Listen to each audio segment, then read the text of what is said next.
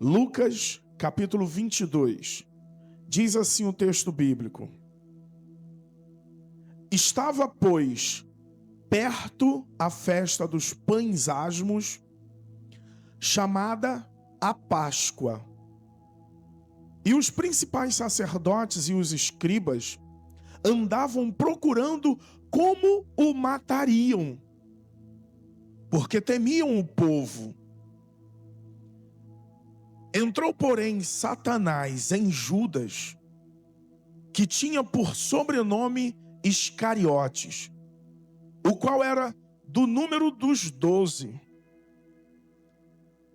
E foi e falou com os principais sacerdotes e com os capitães de como lhe o entregaria, os quais se alegraram e convieram em lhe dar dinheiro.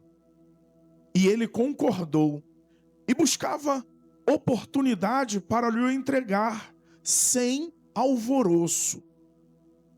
Versículo 7.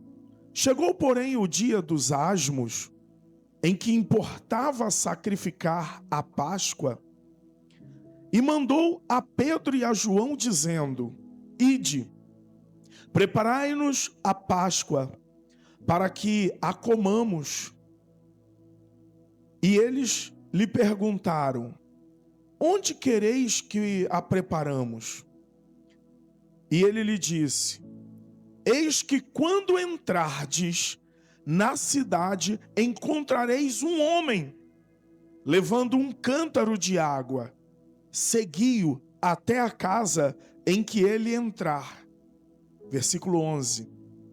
E direis ao pai de família da casa: O mestre te diz: Onde está o aposento em que hei de comer a Páscoa com os meus discípulos? Então ele vos mostrará um grande cenáculo mobiliado. Aí fazei os preparativos. E indo eles, acharam como lhes havia sido dito, e prepararam a Páscoa. E chegada a hora, pôs-se à mesa, e com ele os 12 apóstolos. E disse-lhes: Desejei muito comer convosco esta Páscoa, antes que eu padeça. Porque vos digo que não a comereis mais, até que ela se cumpra no reino de Deus. E tomando o cálice, e havendo dado graças, disse: Tomai-o e reparti entre vós. Porque vos digo que já não beberei o fruto da vide, até que venha o reino de Deus. E tomando o pão, e havendo dado graças, partiu-o e deu-lhe, dizendo: Isto é o meu corpo, que por vós é dado. Fazei isto em memória de mim. Semelhantemente tomou o cálice depois da ceia, dizendo: Este é o cálice do Novo Testamento no meu sangue, que é derramado por vós. Mas eis que a mão do que me trai está comigo à mesa. E na verdade, o Filho do Homem vai segundo o que está determinado. Mas ai daquele homem por quem é traído. Versículo 23. E começaram a perguntar entre si qual deles seria o que havia de fazer isto. E houve também entre eles contenda sobre qual deles parecia ser o maior. E ele lhe disse: Os reis dos gentios dominam sobre eles, e os que têm autoridade sobre eles são chamados de benfeitores. Mas não serei assim entre vós. Antes, o maior entre vós seja como o menor, e quem governa como quem serve. Pois qual é o maior? Quem está à mesa ou quem serve? Porventura não é quem está à mesa? Eu, porém, entre vós sou como o que serve. Eu, porém, entre vós sou como o que serve. E amém? Até aqui. Pode se assentar, irmãos. O primeiro passo que precisamos entender É porque eles queriam pegar Jesus e depois precisamos entender o que significava a Páscoa para eles. Politicamente, eles viram que Jesus agregava muita gente. Muita gente já estava seguindo Jesus. E é bem assim, as pessoas não se importam com você até que você esteja cercado de um número maior de pessoas. E Jesus passou a ser o foco da preocupação dos religiosos da época. Então, eles começaram a pensar em matar Jesus. Parece um contrassenso. Aquelas pessoas que são religiosas e líderes da época começaram a pensar em maquinar o mal, em matar Jesus. Veja se não é semelhante nos nossos dias, em que alguns religiosos pensam em matar outros, talvez não porque agreguem muitas pessoas, mas porque talvez o seu jeito não lhe agrada, a sua forma não lhe agrada, e a forma de matar já não é mais fisicamente. Porque talvez tenham receio de irem presos, mas matam espiritualmente. Uma palavra é capaz de matar uma pessoa, uma atitude é capaz de matar muitas outras pessoas, um gesto, um comportamento. E os irmãos sabem, estamos na igreja, lidamos com todos os tipos de pessoas. Dependendo do que eu disser aqui, algumas pessoas podem espiritualmente morrer. Por isso eu preciso ter muita cautela com aquilo que eu digo, com o meu comportamento, a maneira como eu trato os irmãos. Mas os religiosos queriam matar Jesus. E o medo deles era apenas por uma questão. Ele sempre está cercado de muita gente. Nós não podemos matar ele de qualquer forma, de qualquer maneira, em qualquer lugar. Vamos buscar uma ocasião específica. E vinha se aproximando o dia da festa dos pães asmos. O que significa a festa dos pães asmos ou Páscoa? E aqui a gente precisa esclarecer para que não fique parecendo que a Páscoa, como hoje se faz comercialmente, é uma data de se vender ovos de Páscoa, caixas de bombons. E eu não sou leviano, eu gosto muito de chocolate, irmãos. Mas eu preciso saber o que significa a festa dos pães asmos ou a festa da Páscoa. Quando o povo de Israel saiu do Egito, saiu do mundo, foi instituído uma celebração entre o povo judeu. E a família reunia para agradecer a Deus pela saída do Egito, porque agora eles não eram mais escravos. Saca o teu dedo de profeta, aponta para o teu irmão e diga: a Páscoa é a tua libertação. Como eles comemoravam quando estavam saindo do Egito, saindo da escravidão. A família reunia, era feito os pães sem fermento, ele fica crocante, eles assavam o cordeiro, ervas amargas, eles se assentavam em um cenáculo, em um espaço, e o pai de família, ele dava graças a Deus, ou o ancião, aquela pessoa mais velha, que representava o líder, dava graças a Deus pela saída do Egito e contava toda a história, como eles venceram os inimigos, e ali eles celebravam, eles cantavam, eles se alegravam, porque haviam saído da escravidão. Talvez não faça sentido para você ser livre e festejar isso. Mas eu já tive a experiência de ir buscar um cliente que estava encarcerado. E quando ele sai daquelas grades, quando ele é retirado as algemas, ele chora, ele pula, ele canta, Ele diz: é bom respirar esse ar, é bom ver os pássaros, é bom ver o céu azul, é bom beber uma água geladinha, é bom ver as pessoas livres andando. Isso só faz sentido para quem entendeu a escravidão.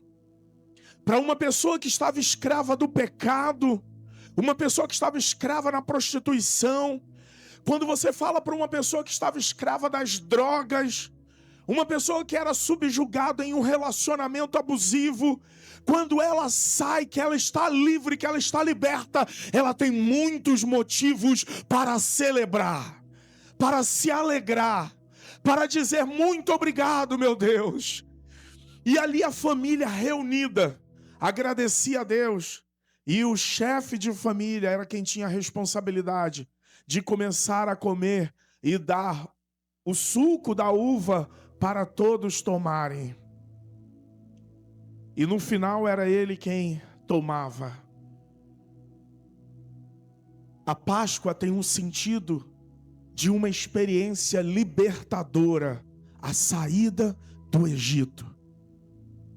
E o tempo passa, e Jesus institui a primeira Páscoa, numa ocasião em que tentavam lhe matar, e ele chama seus discípulos Pedro e João e diz assim: preparem a festa da Páscoa. Eles dizem: mas como, mestre? Perceba a onisciência do Senhor Jesus. Ele não diz quem o receberia. Ele não fala qual a casa que eles pousariam. Mas ele diz assim: vai até tal lugar. Chegando na entrada da cidade, vai haver um homem que estará com um cântaro. E você diz para ele que o mestre quer fazer a ceia ali. O que isso significa, irmãos? É a transição entre a Páscoa do Antigo Testamento e o início da Páscoa no Novo Testamento. Agora, já não é mais apenas a libertação da escravatura governamental do Egito para o povo de Israel. Agora, é a libertação dos nossos pecados, daquilo que nos levava para o inferno, daquilo que nos condenava. É a libertação para uma vida nova. Veja se não é uma transição do Antigo para o Novo Testamento, irmãos. Porque agora nós já não celebramos mais a Páscoa com os pães asmos. Nós já não celebramos mais a Páscoa matando um cordeiro. Agora nós celebramos a Páscoa na esperança do Filho de Deus, que lá na cruz do Calvário se entregou. E ele disse: a minha carne representa o pão, eu sou o pão vivo que desceu do céu. O meu sangue, ele é derramado por vós. E vocês devem celebrar a ceia em memória de mim. Agora, no Novo Testamento, ele institui, ali tem a primeira ceia com os apóstolos. Ele diz: vocês vão entrar na cidade e lá na entrada vai haver um homem. A Bíblia diz assim, irmãos, preste atenção. Olha o que diz o texto bíblico. Leia comigo. Versículo 8. E mandou a Pedro e a João, dizendo: ide e preparai-nos a Páscoa, para que a comamos. Eles perguntaram: onde queres que preparamos? E ele lhe disse: eis que quando entrardes na cidade, encontrareis um homem, levando um cântaro de água. Segui-o até a casa em que ele entrar. Não diz nem que era na casa dele, mas na casa que ele entrar. E direis ao pai de família. Vai dizer para o dono daquela casa que ele entrar. O mestre diz: onde está o aposento em que hei de comer a Páscoa com os meus discípulos? É muito interessante, porque a Bíblia diz que nós vamos pregar o evangelho indo de casa em casa. E quem é que deve nos receber, irmãos? O dono daquela casa, sim ou não? O dono daquela casa vai nos receber. E aí nós vamos dizer para ele, olha, nós viemos aqui em nome de Jesus, nós viemos aqui para abençoar a sua casa, vamos fazer uma célula com você, vamos pregar o evangelho aqui, vamos ensinar as questões relacionadas ao reino de Deus. E a discricionariedade do dono da casa te receber ou não. Se ele receber, você diz, paz seja com todos desta casa. Mas se ele não receber, o que é que a Bíblia diz que nós temos que fazer, irmãos? Sacudir a poeira dos nossos pés e ir até uma próxima casa. Quando alguém não nos recebe, não somos nós quem perdemos. É a pessoa que perde a oportunidade de receber a presença de Deus através dos seus servos na casa dele, na casa dela. Nós somos como este homem que vai à casa do pai de família. E interessante porque a Bíblia diz assim, olha, e direis ao pai de família, o mestre te diz, onde está o aposento? O que era o aposento, irmãos? O aposento era tipo uma sala grande, um cenáculo, onde eles reuniam, levando um cântaro e seguiam até entrar ele na casa. O versículo 11, e direis ao pai de família, o mestre te diz, onde há um aposento para eu comer a Páscoa com os meus discípulos. Então ele vos mostrará um grande cenáculo mobiliado, fazei a Páscoa ali, preparai ali. E indo eles, acharam como lhes havia sido dito e prepararam a Páscoa. O versículo 13 diz que dentro da inerrância da palavra de Deus, aconteceu tudo conforme Jesus havia orientado Pedro e João. O que isso importa dizer? Importa dizer que você deve ficar tranquilo, porque nada fugiu o controle de Deus, tudo está em suas mãos. Mantenha calma. Por mais que pareça que esteja bagunçado as coisas, não está. Está tudo no controle de Deus. Muito parecido quando ele diz para Abraão, sai da tua terra, da tua parentela e vai para uma terra que eu ainda te mostrarei. Para Abraão estava tudo louco, estava tudo bagunçado. Mas para os discípulos não, eles sabiam em quem eles criam. Para Abraão não, ele sabia o Deus que ele cria. É assim que nós temos que ser. Talvez esteja tudo bagunçado na sua vida hoje, mas mantenha calma, porque está tudo no controle de Deus. Ele sabe aonde você tem que ir, ele sabe quem ele vai levantar para ajudar, ele sabe como vai conduzir a tua história. Saca o dedo de profeta, diga para o teu irmão, Deus tem a tua história nas mãos dele. Você tem que crer nisso, irmão. Ai, meu Deus, mas com quem eu vou me casar? Calma! Na hora certa ele vai te dar um sinal. Onde eu vou trabalhar? E fica tranquilo, ele vai abrir a porta na hora certa. Importa apenas que obedeçamos a ele, porque os discípulos obedeceram, foram à entrada da cidade, chegou lá, eles olharam juntos e falou, nossa, tem um homem com um cântaro aqui, será que é aquele? Vamos seguir. Chegou lá, ele entrou na casa, disse, e tudo conforme Jesus falou aconteceu.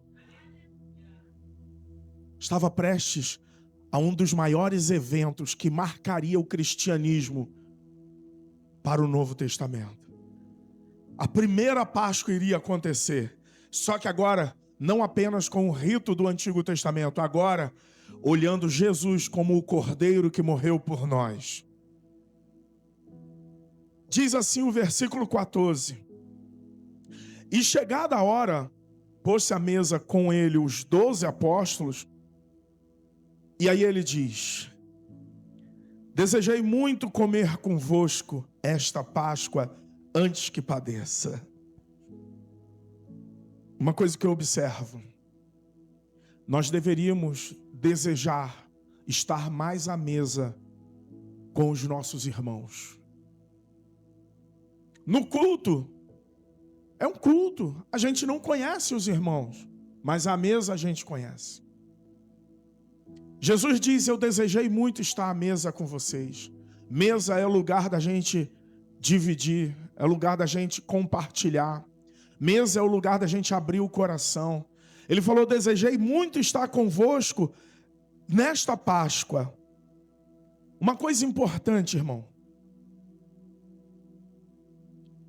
O pão asmo significa a pureza, a simplicidade com a qual o evangelho ele é anunciado, pregado, e como nós nos alimentamos no reino dos céus. É um pão sem fermento. Fermento representa a vaidade, a impureza, é aquilo que faz o pão inchar. Tudo que você põe em fermento, ele cresce. Sim ou não?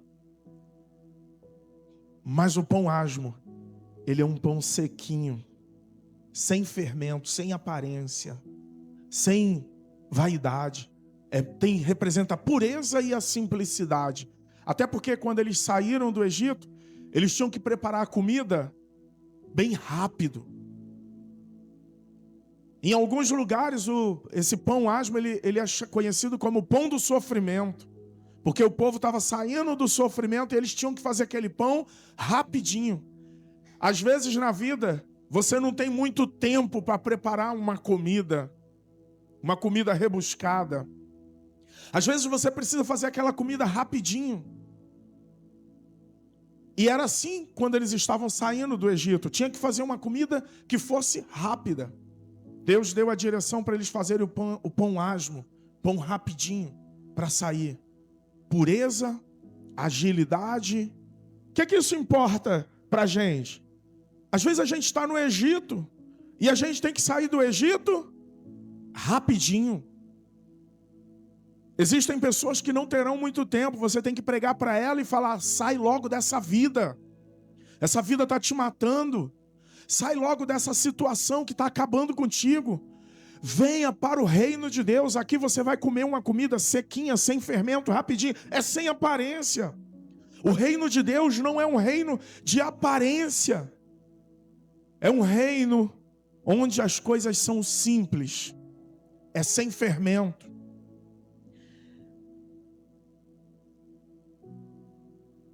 Porque vos digo que não comereis mais até que ela se cumpra no reino dos céus. Ele disse: eu desejei estar convosco e comer esse pão antes que eu padeça. Porque vocês não vão comer mais até que se cumpra o reino dos céus. Ele queria dizer: vocês não vão mais comer como comia quando saiu do Egito, até que se cumpra a promessa dita por Isaías da minha entrega lá na cruz do Calvário. Por isso que nós temos que celebrar a ceia até que ele venha. Versículo 17. E aí ele tomou o cálice, havendo dado graças, disse: tomai e o reparti entre vós, porque vos digo que já não beberei do fruto da vide até que venha o reino de Deus. E tomando o pão, havendo dado graças, partiu e lhe deu, dizendo: isto é o meu corpo que a vós é dado, fazei isto em memória de mim. Semelhantemente ele tomou o cálice, depois da ceia, dizendo: este cálice é o novo testamento no meu sangue, que é derramado por vós. Mas eis que a mão do que me trai está comigo à mesa. Aqui a gente agora tem duas situações para tratar. Estava indo tudo muito bem. Dá uma impressão que ele tinha uma ciência de que já havia um desejo de pegarem. Ele ensina os discípulos como fariam a ceia. Mas agora ele diz assim: entre vós alguém há de me trair. São dois assuntos delicados, mas importantes de tratar no reino dos céus. A questão da traição e quem seria o maior no reino dos céus. Aí curioso, porque a Bíblia diz assim, leia comigo por gentileza, o próximo versículo. E na verdade o Filho do Homem vai segundo o que está determinado. Mas ai daquele homem por quem é traído. Ele sabia que seria traído por um deles que estava ali. Mas ele diz, ai daquele por quem o filho do homem é traído. Tu trabalha numa empresa, sabe que ali naquela empresa estão falando mal de você. Amanhã é segunda-feira. Tu tem que chegar na empresa com cara de paisagem, pastor Wellington.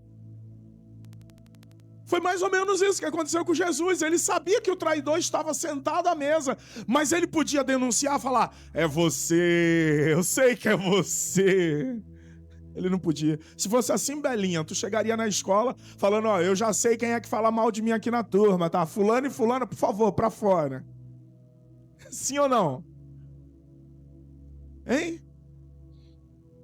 Presbítero Jeovassi, chegando lá na oficina mecânica, tu sabe quem é que tá falando mal de você, dizendo que você tá fazendo isso e aquilo, consertando o carro errado. Ó, por favor, todo mundo vem aqui pra gente continuar o trabalho segunda-feira, mas ó, José e Pedro, por favor, vocês não entram não, porque eu sei que vocês estão falando mal de mim aqui na oficina. Jesus disse só assim, aquele que há de me trair, ele está sentado aqui. Duas perguntas começam a... Sou eu? O outro, sou eu porventura, mestre? Não sou eu? Sou eu? Quem é o traidor? Sou eu? O outro texto, eles dizem que os discípulos, eles não falavam, é o fulano, é o Beltrano. Eles diziam, sou eu porventura, mestre? Porque aqueles que andam com Jesus, eles não conseguem olhar para o outro e ver o erro, sem que olhe antes para si. A Bíblia diz que nós não podemos ver o problema no outro sem antes tirar a trave que está no nosso olho. Quem anda com Jesus consegue perceber, eu sou falho, pecador, pobre, cego e nu, eu preciso tratar a minha vida, eu preciso cuidar dos meus pecados, me libertar, me liberar. Eu não posso acusar os meus irmãos sem que antes eu me conserte. Aí, Jesus diz a segunda situação para eles. E começaram a perguntar entre si qual deles seria o que havia de fazer isto. E houve entre eles uma contenda sobre qual deles parecia ser o maior. Olha a questão do fermento. Eles começaram a discutir, foram duas discussões. Quem era o traidor? Sou eu, sou eu, sou eu. E segundo, eles começaram a indagar o quê? Quem deles parecia ser o maior? Ô, Fran. Pelo menos no peso eu sei que o Fran é maior. Mas quem é o maior entre nós? Quem é mais importante? O maior aqui na Bíblia, o que eles indagavam, é quem era o mais importante entre eles. É por isso que a Bíblia, no livro de Coríntios, diz que a igreja é igual um corpo. Se você falar que um dos meus dedos não é importante para o corpo, você comete um erro grave. Como que o corpo vai se alimentar se faltar os dedos da mão? Tu tá lá embaixo, pé. Então tu é pouco importante. Arranca um dos dedos para você ver se tu não vai ter que andar de muleta, porque não vai dar para se equilibrar.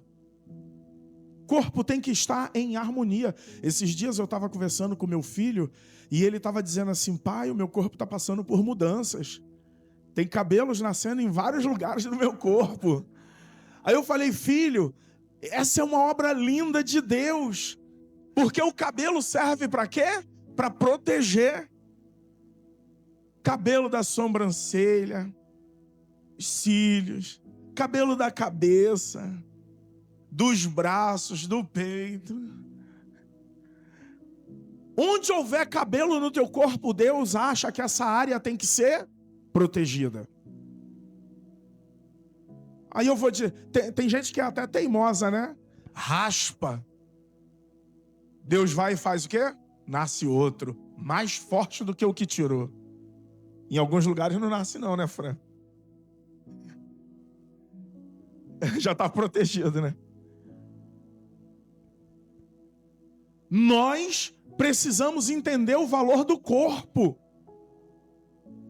Aí eles começam a discutir quem é o maior entre nós, quem é o maior, é o fulano, é o beltrano, quem parece ser o maior. Aí Jesus dá uma lição para eles, ele fala assim: no mundo é assim. Quem é servido no mundo é maior. Mas eu vou falar uma coisa para vocês. Aqui no reino de Deus é diferente. Quem é maior? Quem está sentado à mesa sendo servido ou quem serve? Aí ele diz assim: eu estou como quem serve. E aqui eu chamo a atenção, cuidado. Porque tem gente que não quer trabalhar no reino, não quer cooperar, não quer fazer absolutamente nada. Cuidado, porque você pode estar perdendo a melhor oportunidade da sua vida, que é servir. Tem um ditado no mundo que diz assim: quem não vive para servir, não serve para viver. E no reino de Deus, servir é a função típica que Cristo nos designou como servos. Servir em nome do reino é o maior privilégio de uma pessoa, e não ser servido. Infelizmente, na religião, os homens querem ser servidos. O grande para a religião é aquele que é servido. Nossa, fulano tem tanta gente servindo ele, e ele se sente grande de verdade. Tem pastores que estão perdendo a bênção de se colocar no patamar de servo, porque encontra muitas pessoas para ficarem servindo. E eu não estou dizendo com isso que de vez em quando você não deva ser alvo de ser abençoado. Eu estou dizendo que para o reino, a Bíblia diz que o maior é o que serve. Em que lugar eu vou servir, irmão? Aonde eu for útil. Aonde eu puder, eu quero servir. Seja com a limpeza, departamento infantil, eu quero ir na evangelização, na dança, no louvor. Pastor, eu estou à disposição para pregar, quero compartilhar. Onde eu serei útil, é ali que eu tenho que servir. E no reino, maior é o que serve. Jesus disse: eu estou como aquele que serve. Foi o que ele nos ensinou. E para finalizar, irmãos, a Bíblia diz assim, acompanhe comigo, por favor.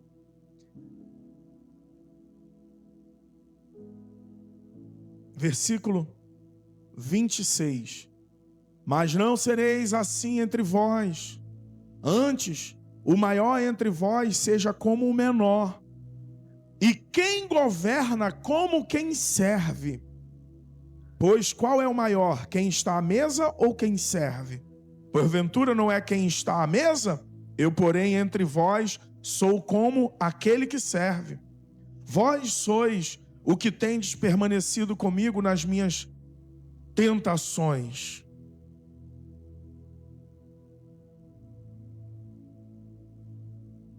Eu vos destino o reino, como meu Pai o destinou a mim, para que comais e bebais à minha mesa no meu reino, e vos assenteis em tronos, julgando as 12 tribos de Israel.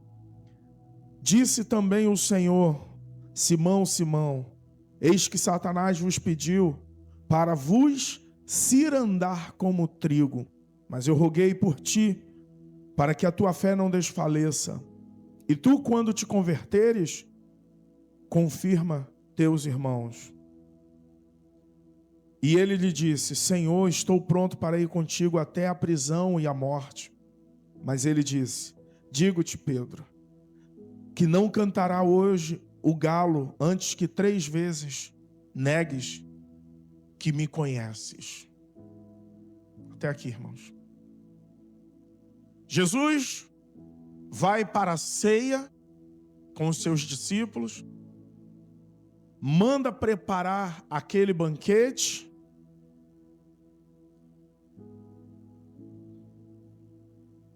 Os inimigos estão querendo tirar a vida dele.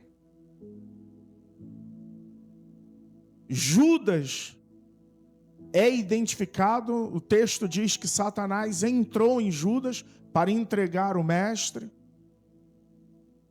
Tudo conforme ele orientou os discípulos a fazer, eles fizeram, e acharam o homem com cântaro, a casa onde iria ser celebrada a ceia.